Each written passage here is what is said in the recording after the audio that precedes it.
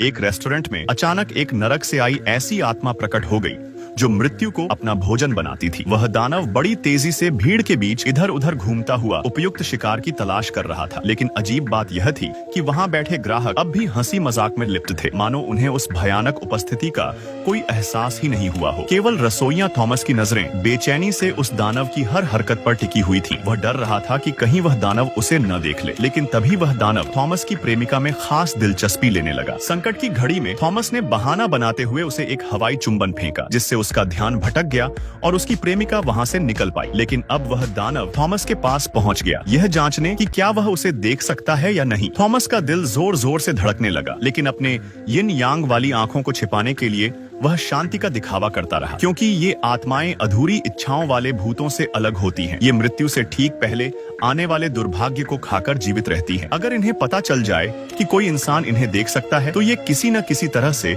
उसकी मृत्यु सुनिश्चित कर देती है। सौभाग्य से थॉमस बचपन से ही ऐसी आत्माओं को देखने का अनुभव रखता था और जानता था कि कैसे उन्हें अनदेखा करने का नाटक करना है। अपनी बेहतरीन अभिनय क्षमता से वह इस बार की भी परीक्षा में पास हो गया, लेकिन खतरा टला नहीं था। जैसे ही उसकी प्रेमिका ने अपनी सीट छोड़ी, दानव ने फिर से उसका पीछा करना शुरू कर दिया। वह उसे अंतिम शिकार बनाने ही वाला था कि तभी एक आदमी, एक सूट पहने व्यक्ति दरवाजा खोलकर अंदर आया। उस व्यक्ति के शरीर से उठती मृत्यु की गंध ने दानव को मंत्र मुग्ध कर दिया और वह तुरंत अपना लक्ष्य बदल बैठा। थॉमस को समझ में आ गया कि किसी भी बड़ी त्रासदी के पहले ये आत्माएं जरूर दिखाई देती है, क्योंकि इनकी गंध आपदा को पहले ही भांप लेती है। सूट पहने उस व्यक्ति के दिमाग में भरे शैतानी विचार इतने भयंकर थे कि एक नहीं बल्कि कई दानव उसकी ओर खींचते चले आए। वे सभी उसकी आत्मा के अंधकार को और अधिक भड़काने लगे। थॉमस ने इससे पहले इतनी बड़ी संख्या में दानवों को एक साथ कभी नहीं देखा था। यह तय था कि अब इस छोटे से शहर में भयंकर नरसंहार होने वाला है। वह जान गया कि यह आदमी कोई भयानक योजना बना रहा है। थॉमस उसका पीछा करते हुए एक शॉपिंग मॉल तक पहुंचा। वह आदमी जैसे ही एक कोल्ड ड्रिंक शॉप में गया और 2 बकेट मिठाइयां ली, सभी दानव वहीं रुक गए और थॉमस की उपस्थिति को महसूस करने लगे। थोड़ी देर विचार करने के बाद उन्होंने मानो किसी आदेश का पालन करते हुए नरक के द्वार खोल दिए और एक एक कर उसमें समा गए। थॉमस को समझ आ गया कि मामला बहुत गंभीर है। वह स्कूटर पर सवार होकर सूट वाले आदमी का पीछा करते हुए एक दूरस्थ केबिन तक पहुंचा। जब वह आदमी घर से बाहर गया तो थॉमस ने ताला तोड़कर अंदर प्रवेश किया। अंदर सब बिखरा पड़ा था। मेज पर रखे एशत्रे में 3 अलग अलग ब्रांड की सिगरेटें थीं, जिससे साबित होता था कि उस आदमी के और भी साथी थे। तभी अचानक कमरे में एक ठंडी लहर चली और एक कमरे के अंदर से आत्माओं की कराह सुनाई देने लगी। बर्फीली हवा ने सारा वातावरण जमा दिया। थॉमस ने डरते डरते जमी हुई दरवाजे की कुंडी खोली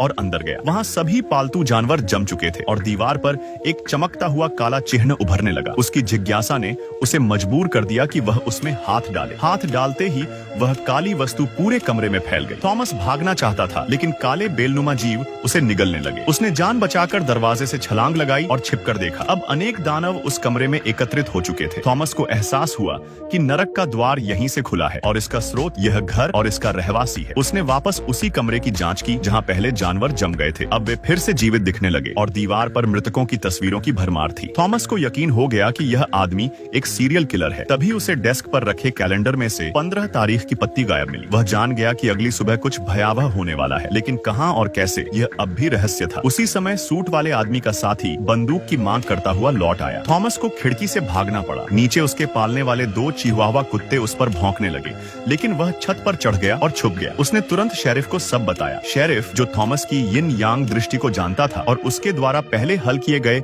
कई मामलों से वाकिफ था, उस पर भरोसा करता था। उसने थॉमस को कहा कि वह खुद कुछ न करे और नए पुलिस अफसर निक को उस आदमी की जानकारी जुटाने भेजा। शेरिफ ने कहा कि वह सूट वाले आदमी पर नजर रखेगा और थॉमस को अपनी प्रेमिका के साथ वक्त बिताने को कहा। लेकिन जैसे ही वे दोनों चर्च की छत पर भोजन कर रहे थे, सूट वाला आदमी वहां पहुंच गया, इस बार बेहद क्रोधित और विकृत रूप में। थॉमस उसे देखकर सहम गया और प्रेमिका को लेकर चर्च के अंदर भागा। जैसे ही वे एक गुप्त दरवाजे से बाहर निकलना चाहते थे, एक यीशु की मूर्ति कांपने लगी और उन्होंने वहां से भागकर स्कूटर पर बैठते हुए जान बचाई। शेरिफ जब वहां पहुंचा तो सब कुछ तहस नहस मिला, लेकिन सूट वाले आदमी का कोई नामो निशान नहीं था। कोई उंगलियों के निशान भी नहीं थे। हो सकता है जो थॉमस ने देखा वह जिंदा आदमी नहीं था। जैसे ही वह अपने घर लौटने लगा, थॉमस को कुछ बिना चेहरे वाले भूतों ने घेर लिया। ये आत्माएं किसी अनजानी शक्ति से अपनी पहचान खो चुकी थीं और थॉमस से मदद की गुहार लगा रही थी। वे उसे उठाकर एक जगह ले जाने लगे, लेकिन तभी पीछे से गोली चली और आत्माएं मारी जाने लगी, मानो कोई उसी उसी दर्दनाक हत्याकांड को दोबारा जी रहा हो। थॉमस भी उस दर्द को महसूस करने लगा, लेकिन फिर भी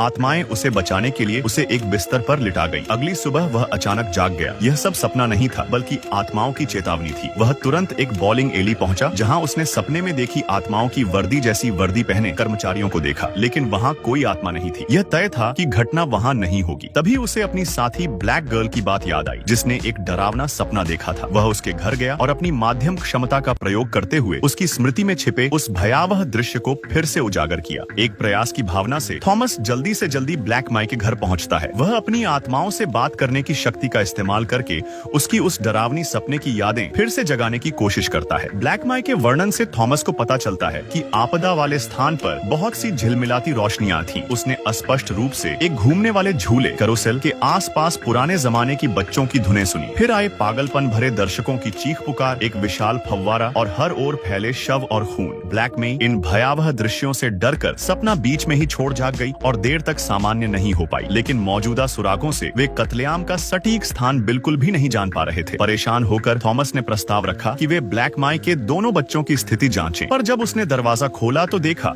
कि कई दुष्ट आत्माएं बच्चों के चारों ओर मंडरा रही थीं, मानो उन्हें बच्चों से उठती मृत्यु की गंध बहुत प्रिय हो। इन अशुभ प्राणियों को फिर से देखकर थॉमस समझ गया कि ब्लैक मी का परिवार शायद इस अनहोनी से नहीं बच पाएगा, लेकिन उसे अपनी आत्माओं को देखने की शक्ति को छिपाना भी पड़ा, ताकि वे दुष्ट आत्माएं उसे पहचान न ले और वहीं उसे मार न डाले। कमरे से बाहर निकलते वक्त उसने ब्लैक मी को जल्दी से जल्दी इस कस्बे को छोड़ देने की सलाह दी और फिर अपनी गर्लफ्रेंड के साथ घर लौटने के लिए निकल पड़ा। पर रास्ते में अचानक चारों ओर दर्दनाक चीखों की आवाजें आने लगी। देखा कि एक निर्दोष महिला नंगे पांव बीच पर भाग रही थी और उसके पीछे दौड़ रही थी दो भयंकर काली शैतानी कुत्तियां। महिला मदद के लिए चीख रही थी, लेकिन तभी वे कुत्ते उस पर झपट पड़े। फिर कुछ गोलियों की आवाज आई और माहौल एकदम शांत हो गया। जब थॉमस मौके पर पहुंचा तब तक बहुत देर हो चुकी थी। वहां एक बंदूकधारी गंजा आदमी जमीन पर घुटनों के बल बैठा पछता रहा था। वह कह रहा था कि वह लड़की को बचाना चाहता था, लेकिन गोली गलती से उसे लग गई। थोड़ी ही देर में पुलिस वहां पहुंच गई, पर अजीब बात यह थी कि निक, जो कि उस लड़की का बॉयफ्रेंड था, बिल्कुल भी दुखी नहीं लग रहा था, बल्कि वह गंजा आदमी ही एक कोने में बैठा लगातार रो रहा था, जैसे कोई बहुत गहरी दहशत उसे जकड़ चुकी हो। थॉमस ने तुरंत कहा कि वह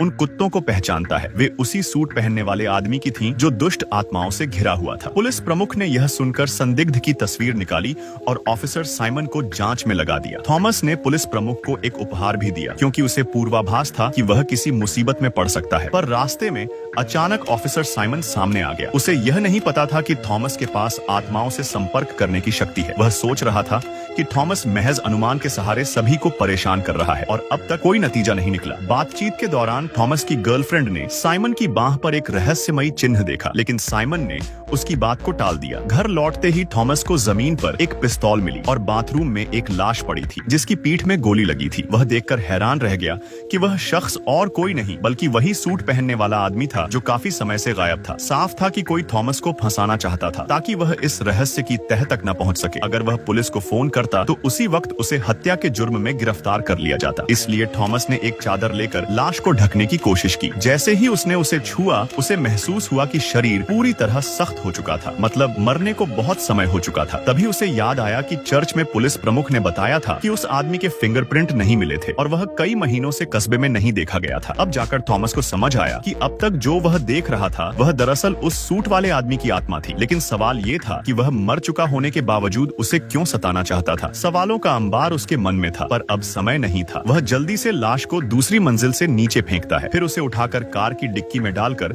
एक सुनसान जगह की ओर निकल पड़ता है, एक पुरानी जेल। वहीं एक कोने में वह लाश को छिपा देता है, पर लौटते वक्त उसे शहर की गलियों में भटकती अनगिनत दुष्ट आत्माएं दिखती हैं। यह आने वाली तबाही का साफ संकेत था। थॉमस पुलिस प्रमुख के घर पहुंचा, लेकिन वहां पुलिस कारों की भरमार थी। पता चला कि किसी ने दरवाजा खटखटाने पर जैसे ही पुलिस प्रमुख ने दरवाजा खोला, उसके सीने पर 3 गोलियां दाग दी। थॉमस अस्पताल पहुंचा, जहां उसे ऑफिसर निक ने बताया कि संभवतः हमला करने वाला कोई दल का विश्वासघाती था। सौभाग्य से थॉमस द्वारा दिया गया हार्ट प्रोटेक्टर 2 गोलियों को रोक सका और तीसरी जानलेवा नहीं थी, लेकिन अब पुलिस प्रमुख भी मदद नहीं कर सकता था। थॉमस ने फिर से सूट वाले आदमी के घर जाकर उसके कंप्यूटर से सुराग खोजने की ठानी। तभी फ्रिज से अजीब आवाज आई। जब उसने दरवाजा खोला तो अंदर तिलछट्टे थे और खाने के डब्बों में दर्जनों लड़कियों के दांत। उसकी गर्लफ्रेंड ने कहा कि वह पागल आदमी का घर तुरंत छोड़ दे, पर जैसे ही थॉमस ने फ्रिज बंद किया, सूट वाले आदमी की आत्मा सामने आ गई। घर हिलने लगा, चीजें हवा में उड़ने लगी। वह मुश्किल से खुद को बचाते हुए बाहर कूदा। तभी गैस लीक के कारण विस्फोट हुआ और आत्मा खत्म हो गई। थॉमस ने वापसी के रास्ते में महसूस किया कि उसने एक बड़ा सुराग मिस कर दिया है। वह फिर से जेल गया और सूट वाले की लाश के घाव पर एक POD नामक चिन्ह देखा, जो ठीक वैसा ही था जैसा ऑफिसर साइमन की बांह पर था। अब सच सामने था। साइमन और निक दोनों इस योजना के साथी थे। थॉमस ने अपनी शक्ति से साइमन की लोकेशन ट्रैक की। उसे पता चला कि अगला हमला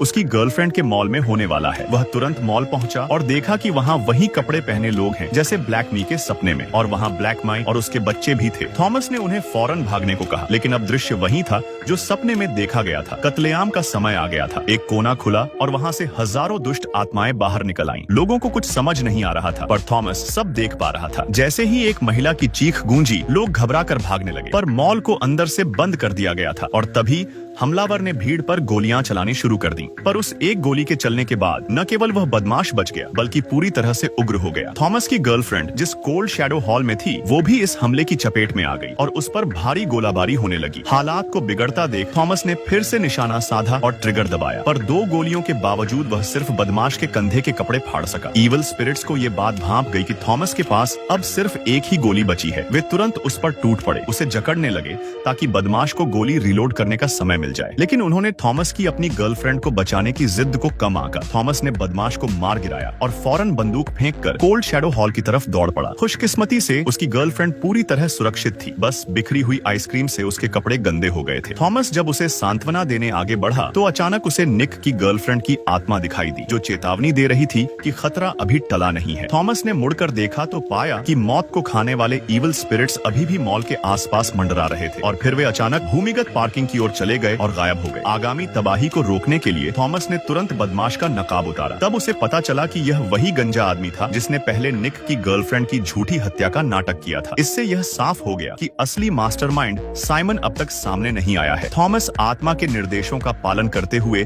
बेसमेंट में पहुंचा, जहां उसने देखा कि साइमन एक इत्र की वैन से टकराकर गायब हो गया है। थॉमस तुरंत उसका पीछा करता हुआ वैन का दरवाजा खोलता है और चौंक जाता है जब देखता है कि वैन में बमों का ढेर है और ब्लास्ट के लिए सिर्फ 3 मिनट शेष हैं। अब जब थॉमस को सच्चाई का पता चल गया, इविल स्पिरिट्स ने तुरंत साइमन पर कब्जा कर लिया और थॉमस पर गोलियों की बौछार कर दी। थॉमस को सोचने का समय नहीं मिला। वह तुरंत वैन का दरवाजा बंद कर वहां से भागने की कोशिश करता है, लेकिन एक गोली उसकी बाहरी त्वचा छील जाती है। मगर उसे यह अंदाजा नहीं था कि साइमन ने पीछा नहीं छोड़ा। वह वैन के दरवाजे से लटक गया और फिर से गोली चलाने की कोशिश की। शुक्र है कि थॉमस ने समय रहते घातक गोली से खुद को बचा लिया। हालांकि गोली उसकी खोपड़ी को छूती हुई निकल गई। गुस्से में बौखलाया साइमन ड्राइवर सीट तक पहुंचने की कोशिश करता है। थॉमस ने बम फटने का समय गिनते हुए जैसे ही देखा कि साइमन बंदूक उठा रहा है, उसी पल दरवाजा खोलकर नीचे कूद गया। साइमन, जो अब इविल स्पिरिट के कब्जे में था, कुछ समझ ही नहीं पाया और अगले ही पल वह वैन समेत सूखे नदी तल में गिर पड़ा। विस्फोट की लहरें पूरे नदी मार्ग में फैल गईं और भागने में असमर्थ सभी इविल स्पिरिट्स को निगल गईं। इस तरह छोटे से कस्बे का संकट हमेशा के लिए समाप्त हो गया। थॉमस की चेतना तब लौटी जब वह अस्पताल में आंखें खोलता है। वह पाता है कि उसकी गर्लफ्रेंड